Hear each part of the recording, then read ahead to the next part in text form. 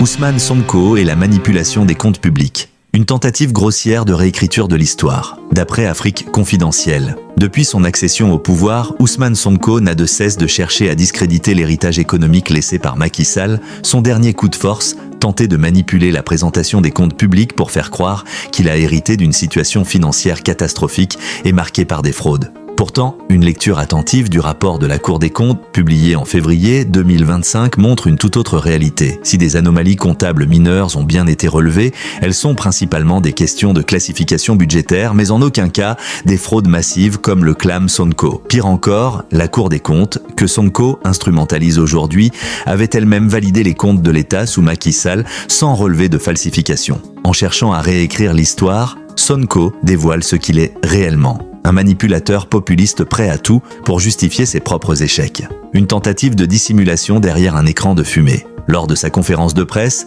Sonko a martelé l'idée que le Sénégal était en ruine, que les finances publiques avaient été saccagées par le régime précédent et que la dette publique était bien plus élevée que ce qui avait été annoncé. Pourtant, curieusement, le rapport de la Cour des comptes ne mentionne absolument rien sur la dette extérieure, un sujet pourtant fondamental et scruté de près par le FMI. Pourquoi cette omission ? Tout simplement parce que Sonko sait pertinemment que sur ce terrain, il ne peut pas manipuler les chiffres sans risquer une réaction immédiate des institutions financières internationales. Il se rabat donc sur des anomalies comptables internes, les grossissant jusqu'à les faire passer pour des scandales. Les principales accusations qu'il avance reposent sur 3 points. Des rattachements irréguliers de recettes qui ont pu légèrement fausser certains déficits budgétaires, mais qui restent des ajustements comptables courants dans la gestion d'un État. Un sous-enregistrement des dettes et un surfinancement mal géré, point effectivement relevé par la Cour, mais qui n'a jamais été qualifié de frauduleux. Une utilisation opaque des comptes spéciaux du Trésor, notamment le programme de défense des intérêts économiques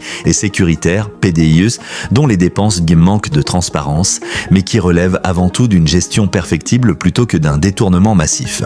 L'instrumentalisation de la Cour des comptes, un dangereux précédent. Le plus inquiétant dans cette affaire n'est pas tant le contenu du rapport que la manière dont Sonko tente d'en faire un instrument de propagande. La Cour des comptes, en tant qu'institution indépendante, avait validé les comptes de l'État sous Macky Sall sans émettre de réserve majeure. Aujourd'hui, sous la pression du gouvernement Sonko, elle se retrouve contrainte de produire un rapport qui contredit ses propres conclusions antérieures. Plus troublant encore, ce document n'est pas signé, ce qui est une anomalie grave pour une institution de cette importance.